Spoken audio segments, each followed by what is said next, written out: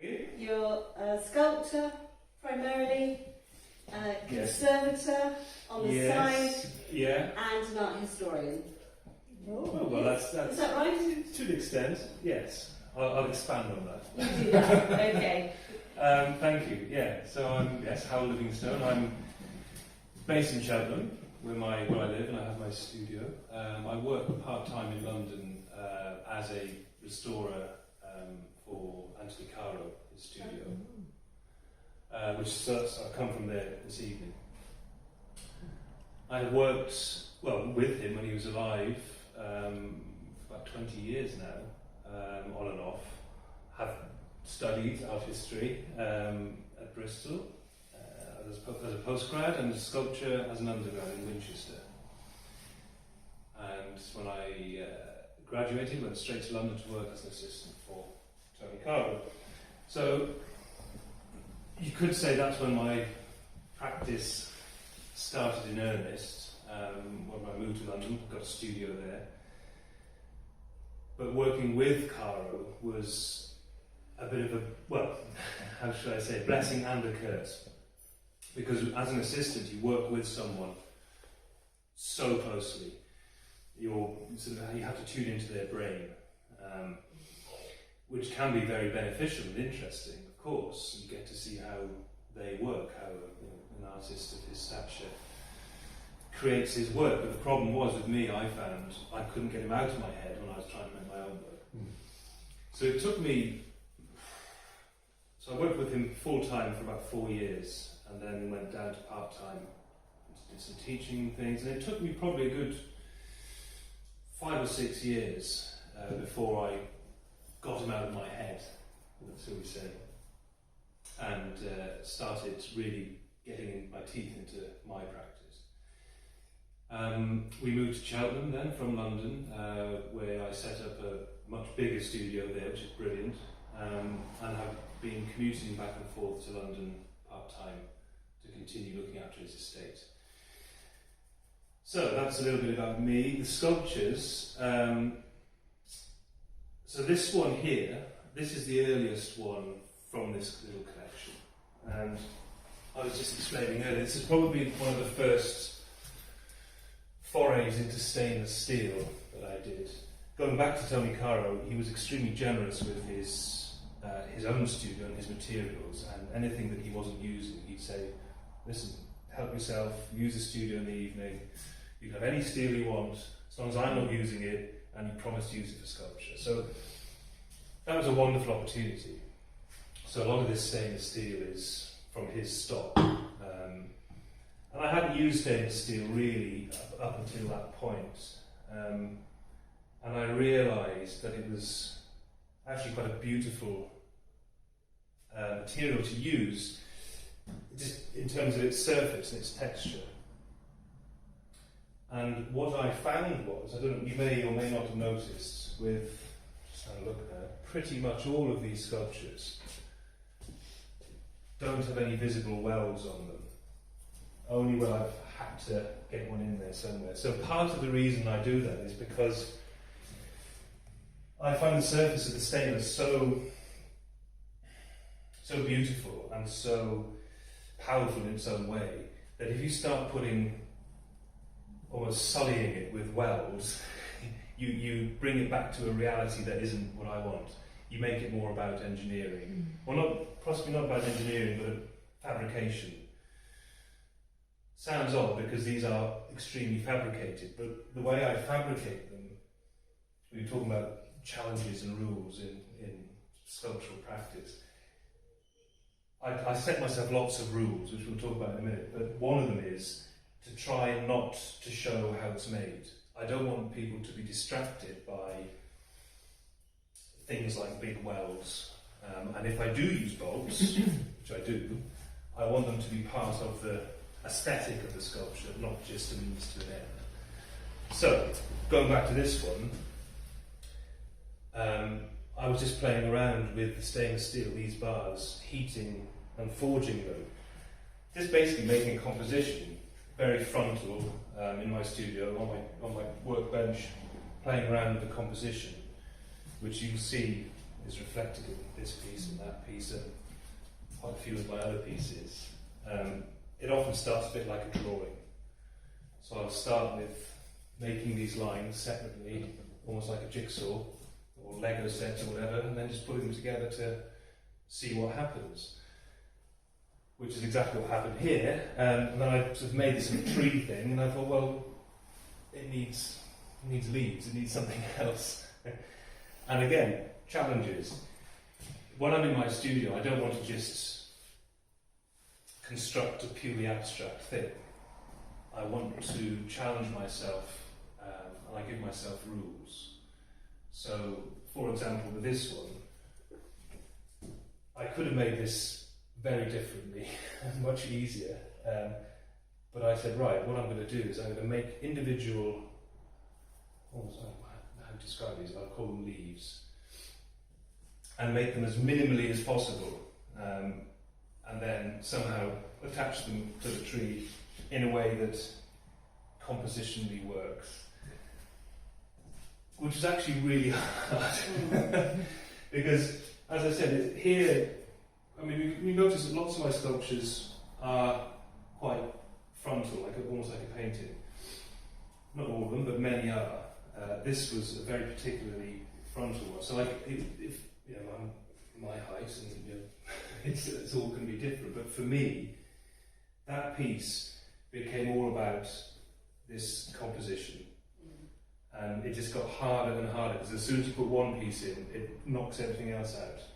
So then you adjust that thing. So it took so long. Anyhow, so that a brief description of that. I think then that one came next. Breath. That one in the window. No, I'm fine. And once again, challenges. The way I work in the studio is people often ask me, what's your inspiration? How do you make a sculpture? Well, there's no answer to that, because when you're working in your studio, you're working from one sculpture to the next. So the previous sculpture affects the preceding one, the next one. It can be something as arbitrary as this one, for example. It was really complicated, took me ages, and I injured myself making it quite badly. So I got really cross with it. So I thought, right, when I've done that, I'll make something completely different. Something external, not internal. So I made that as a response. And that's all that was. I had one big lump of metal, found this bar, and put them together and make a sculpture. That's the only thing that's in my head. Other times, more often than not now, I will use cardboard packaging as inspiration for a sculpture. I will get a beautiful, people start giving me cardboard packaging now. I've got a whole mountain of beautiful boxes and internal packaging from boxes. And I would challenge myself to copy it verbatim in steel by hand, which is really hard to do. So this came from, they didn't give it to me, but there was a very expensive bottle of whiskey or gin in this cardboard packaging. And this guy said, hey, look at this. This is really cool. Do you want this? Yes, I do. So I took the box apart, measured it, and then created all the elements in steel by hand. No CNC, no laser cutting, no that. It's all cut with a cutting disc, saw, file. But that, for me, is part of the challenge, is to get it as close to the mill, to the original. And as you're making that, you're kind of in this zone of making, all of a sudden, hopefully, it starts to take on a life of its own, and it becomes something else. And you put the packaging away, and it develops into something else. That is mostly how I'm working now. So the most recent one is that one. That one came from cardboard packaging. That one and that one. I just find it a really good way to start something, because often in the studio, as I said, you've done something and you think, right, that's it. don't want to do any more of that. But what if you have beautiful packaging, you can say, right, I'll try that one. Doesn't always work. There are plenty of abandoned ones, but these are the ones that have worked. This one, incidentally, actually this one is the most recent one. And again, it's not from packaging. I was thinking to myself, right, I need to get away from the packaging for a minute. Let's try something completely different. And it was so hard to do, because I'd been in this process of copying things and then letting them develop. I went back to that, and I don't know, it was really, really hard to do. But I think that's healthy. Every time you get a bit comfortable in the studio, you need to challenge yourself again in a different way. Try something else. Any questions? I could carry on. How do you decide which aspect is the most, you said about a frontal and a back, how do you decide which aspect is the most important, and particularly with that one on the edge? This one? Could you have conceived it, perhaps, how did you decide to have it hanging over an edge? Right, well that's a really personal question, because talking about struggling, I shouldn't be showing you this, but this is what happened. I started off like this. That was it in its first iteration. Yeah. It's completely different. Completely different. Completely different. So that's how I made it and did it. I go, right, good, great, fantastic, done, let's move on to the next one. And then what I often do is in my studio I make these things and then I'll take them to another studio, a friend's studio, out of context. I think that's really important, so you can really look at it, put it on a white clip. I was looking at it and, no, that's not right. Damn, that's not right. What's wrong with it? And I discussed it with some friends and we were sort of staring at it and, you know, is it that?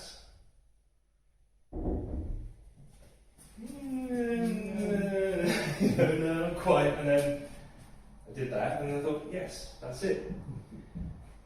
Interesting how it was the other. I saw it in my head, the way you positioned it the first way. Did you really? That's what triggered that. That's question. fascinating. That's really interesting because that's how I made it. Yeah, that's what triggered the question. It's good. It looks more like an apartment block or something, the other way around. I think that was part of the problem. And it's more abstract like that. There was a real issue. It's because of the spikes. Because the spikes anthropomorphise it almost instantly. And I kind of don't mind that as part of the reason that I did it, just to kind of, again, just to annoy myself a bit in the studio. Say, right, okay, well, go on, you've done that, now what are you going to do about it? That kind of attitude. I think it's giving yourself a challenge. And then when it was upright, it became almost figurative. More weirdly. representational. Yeah. I mean, it still has that element now. I mean, it looks like Jaws or something, but I think I can just about get away with it. It's borderline. It's a difficult one, that. And as I say, what day is it today? Friday. I think it was Monday I finished that. So it's super This fresh. Monday, gosh, yes. So, you know, it's interesting talking to you guys about it because it's still, I don't know. It changes it significantly, though, doesn't it? Because when it's standing on its own, you can do a whole recce all the way around it. Whereas when it's hanging over the edge, you really only got. It's become completely frontal now, isn't it? Yeah, you're absolutely right.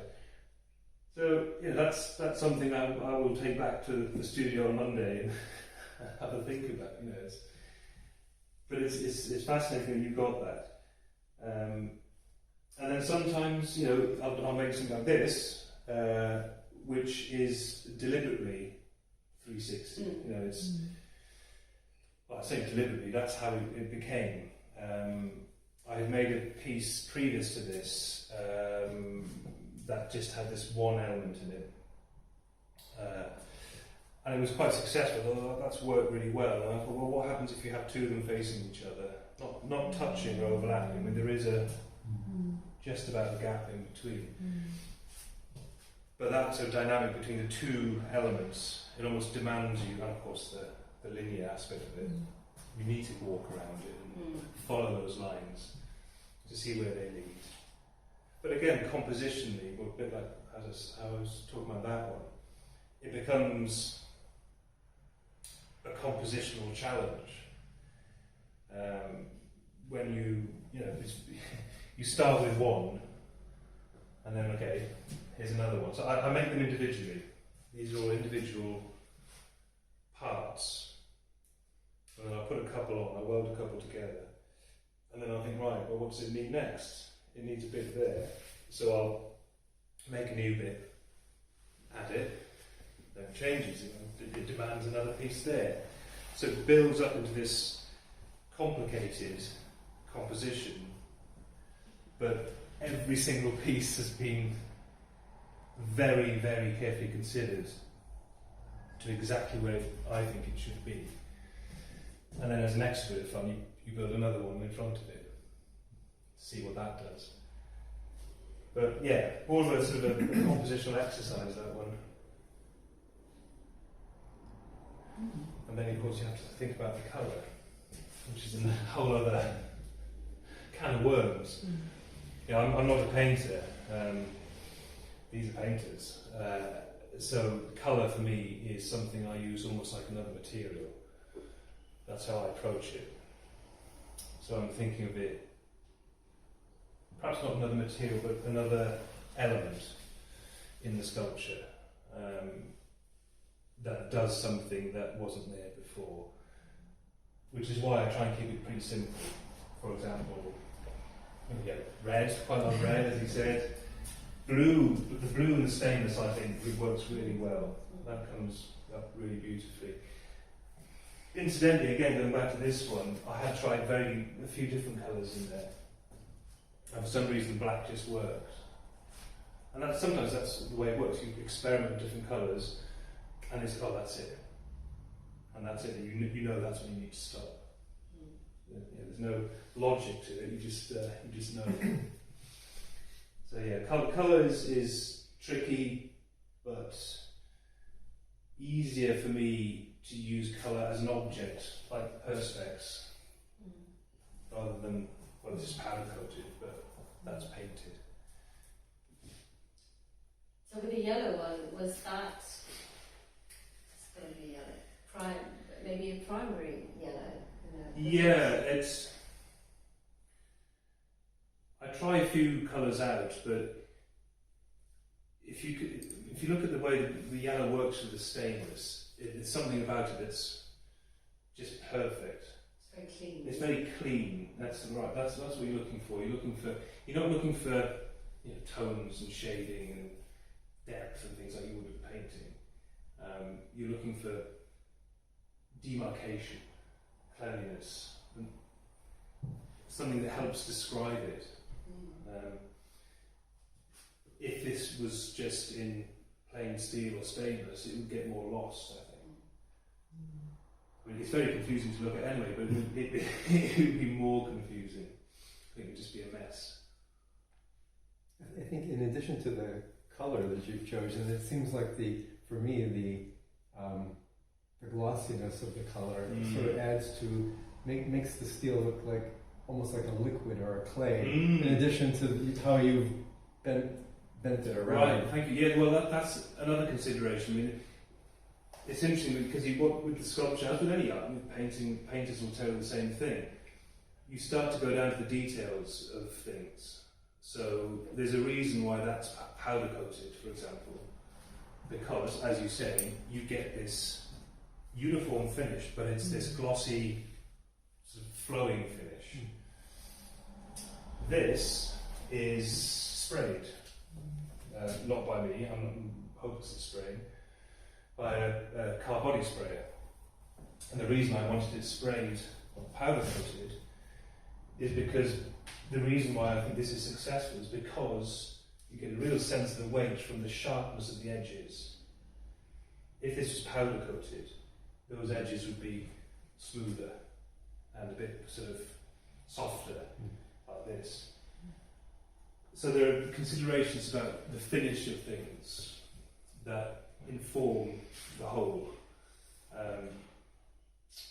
even down to the finish of the stainless steel itself. Is it polished? Is it rough? Is it waxed? Is it varnished? Is it, you know, I don't think any of these are. That one's waxed a little, just to give it a little bit of sheen. This one is not. This is raw, because I like that kind of the rough element. There's even bits of writing on here. Likewise with this. This one's a little bit more finished, but not much more.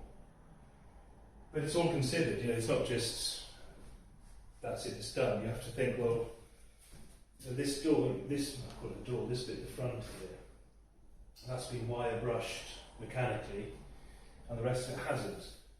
You just get that little bit of, especially from a distance, you see a slight maxiness to it that the other one doesn't have, the rest of it doesn't have. So all these little tiny considerations you have to try and use to make the whole, make the sculpture coherent. Make it do what you want it to do. I mean, this one, that one was very difficult. I thought it'd be fun because I've been using a lot of perspex and acrylic, coloured acrylic. I don't know, well, it must have been in the pub or something, and I saw the snooker table or a pool table. The balls are so beautiful. Brand new set of snooker balls. Actually, I was watching on TV, that's what it was. And you just see them, think, wow, as objects, they're just stunning. And the colours. So I went and bought a set of snooker balls. They're really expensive, proper ones, by the way, because they're in the market. Anyway, so that's how this came about. I just thought, as a change, I'll use a snooker ball next time. See what I can do with that. So I did, and it kind of worked. It's in there. If you go around the back, you can see it poking out the back. But then it became really difficult to finish, because what I had was just this, the box. Again, cardboard packaging from something that I thought this shape was just beautiful. You know, it looked like again, quite figurative. So right, snooker ball, this shape. Let's go and do something. Did that, but it wasn't enough. It needed something else. So I made a leg for it, and then a foot, and it still wasn't right. What's going on? You know, it was a really successful sculpture. Now it's gone a bit weird. And again, I sort of looked at Umdenard, got my friends, my other sculptor friends, to look at it with me, and there's something wrong with the foot. There's something wrong with the foot. Put it up on something, so I put it on this, I cut this piece of stainless steel as a base. So, yeah, not quite, it's a bit lost now. So, right, okay, what next then? I know, paint it. Which is, you know, usually I wouldn't go that far, but it's exactly what it needed. It needed a bit of lift, exactly, yes, and a bit of reference to the red, just to tie it all up. And that was it. So it's always, going back to the details, is how you finish, how you get right to the final detail to try and get that coherence of the sculpture.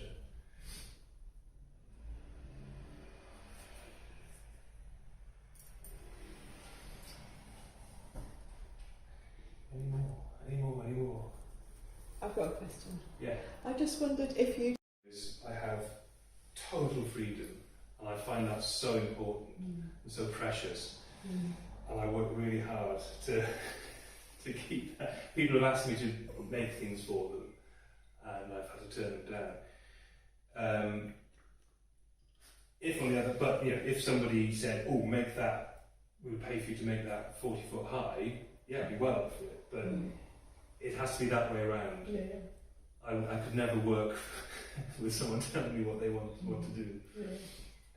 I think that's, for me anyway, that's crucial in my practice. It's just to have total freedom to make my own decisions, make my own rules, however arbitrary and weird they are, challenge myself, buy some snooker balls, you know, just bounce around whenever something looks interesting, go and do it.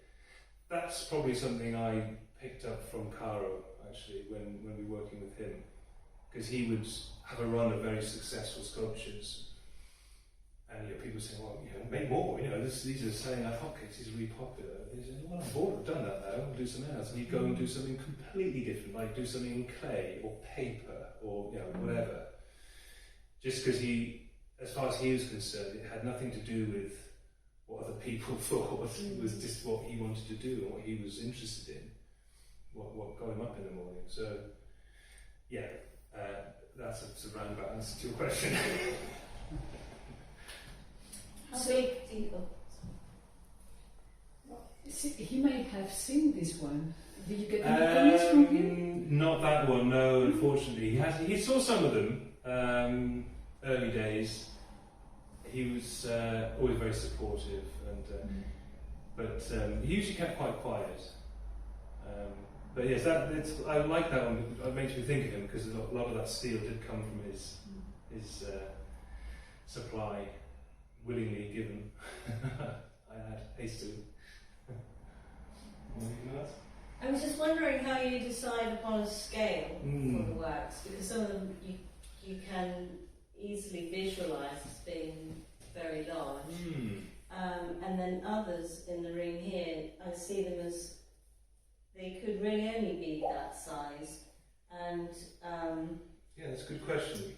they have a different. So the bigger ones here seem a lot more open and liberated in a sense. Yeah. Maybe completely wrong here, but these ones feel a lot more concentrated in a different, almost done in a completely different way. Well, they are. You're right. That's a very interesting question. I don't entirely know what the answer is,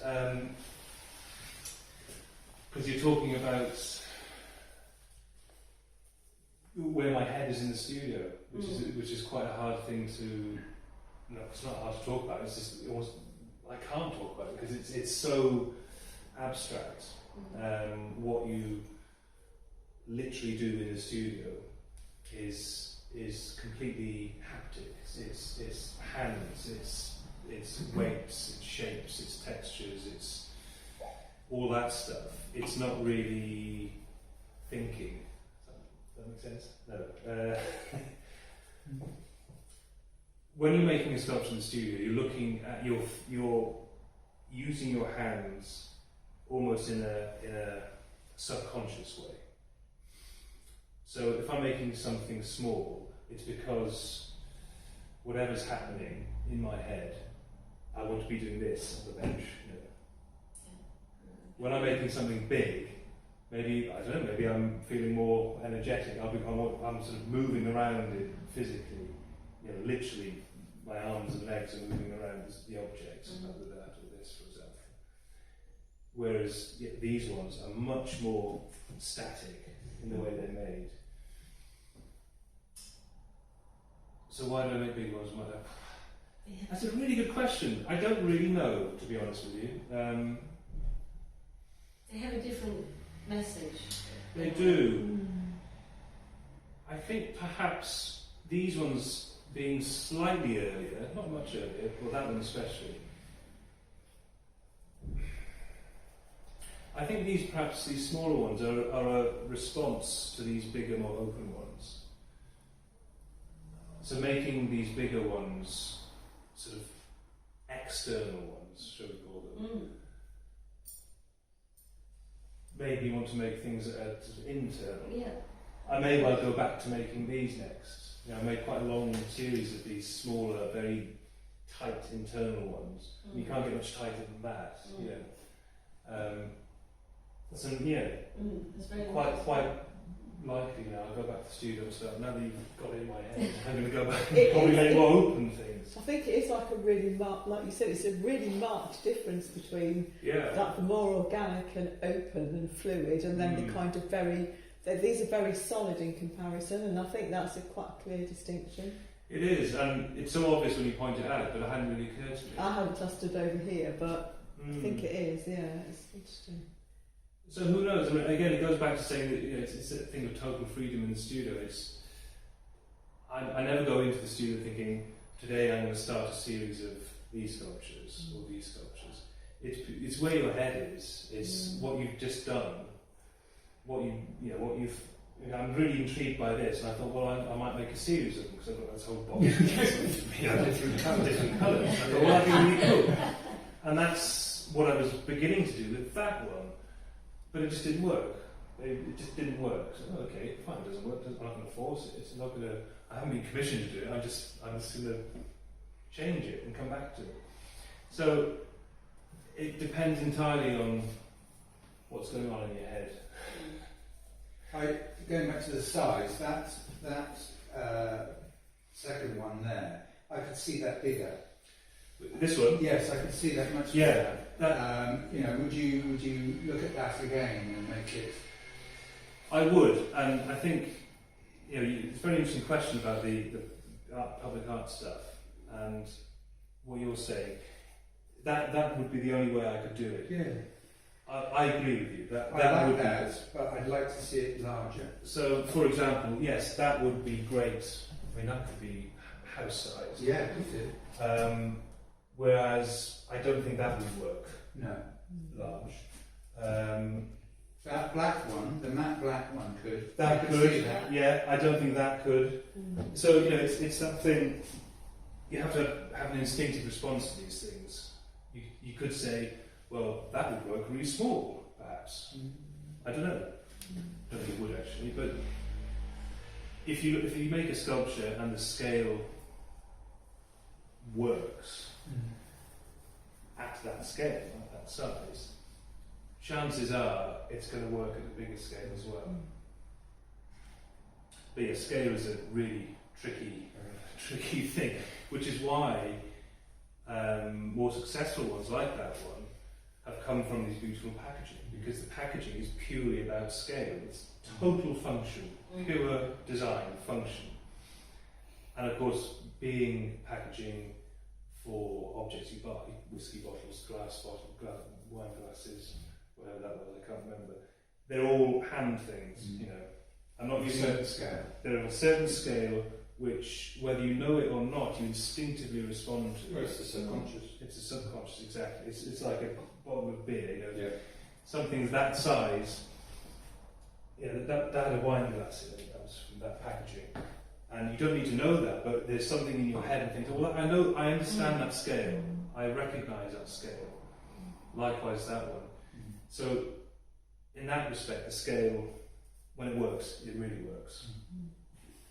That scale of the packaging is driven by the thing the package is. Yes. So actually, it's some kind of it's a mirror scale of something else, isn't it? Exactly. So, a phone is only going to ever be a certain size. They used to be very big, of course, but So then the packaging is a reflection of it, and then you're reflecting it again. I think it's really. I love that kind of circular thing. Is the packaging is the packaging I use is hand-based packaging, as you say, phones, bottles, whatever. You understand that, and then I take that kind of understanding and take it full circle back to an abstract sculpture. But for me, that's how a good sculpture is successful. Is it has that human connection, that instinctive connection. Whether it be scale-based or space-based. I mean, even this has a sort of a human thing, because you're walking around it. It's two people talking to each other, and you understand that kind of physical dynamic. That one, I've always seen that as a figurative piece, because it's like a head and 2 feet, So it's that empathy you have with the object. It's such a human thing, and that's what makes a sculpture successful. I think when you have that human empathy with an inanimate object, it means something's working. It's interesting what you said about that piece being a tree at one point, leaves on the tree, because from this aspect, it could easily be an oak tree, but it also has that shape of a tree that you see in a Gainsborough painting. Right. An oak tree. Yeah. I now am visualising it. But did you use any packaging when you created? Not with that one, no. So that was before all this packaging came on my radar, I think that, like this one, was almost it was a drawing. It was a compositional drawing with, consider these to be lines with a pencil. That's how these came about. Hence why that one is very frontal. But it looks very good from where I'm standing. Well, Yes. Yeah. To say that. Well, then comes the perspex. Then comes the perspex, yeah.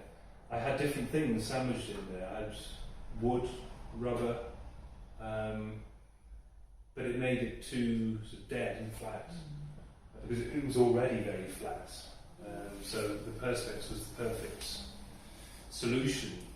So you would get that three-dimensional sort of through view, that light coming through.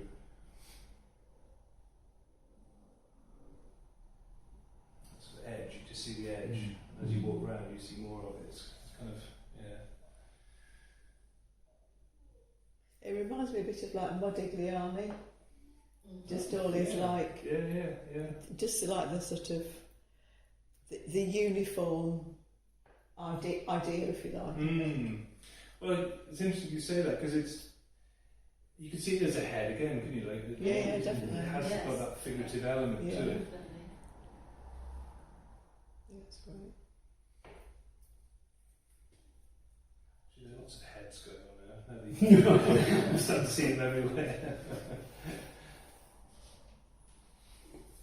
I think it's good, with all these other works here, you start to kind of, these are stunning, they're perfect. Perfect. Yes, Maurice Cockrell over there really works so well with your slightly bigger works. But even that one has figurative elements to it. It's you've got both the more abstract organic shapes, but then for me anyway, you've got a table, and what's more human than a table? Something architectural in the picture. You sit at the table, So there's a lot going, it's almost about even the figures, these prints and things. Yeah. They're all talking to each other, having some sort of conversation. That's why I was taking some pictures earlier, and I was trying to keep the paintings and prints out of the picture. No, get in there. Well, you just couldn't.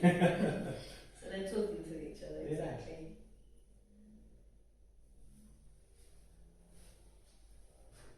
Do you have any idea or inkling where future inspiration might come from?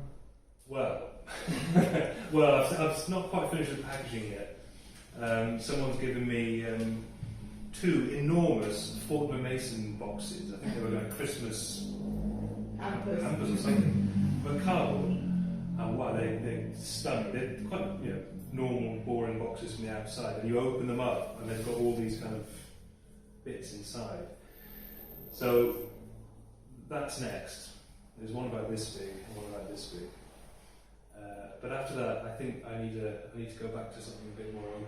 I think it's time to. It's inside outside, isn't it? That's all sculpture is in and out, isn't it? It's interior and exterior. And it's what you do with it. All the bits in between. Yeah. Or exterior.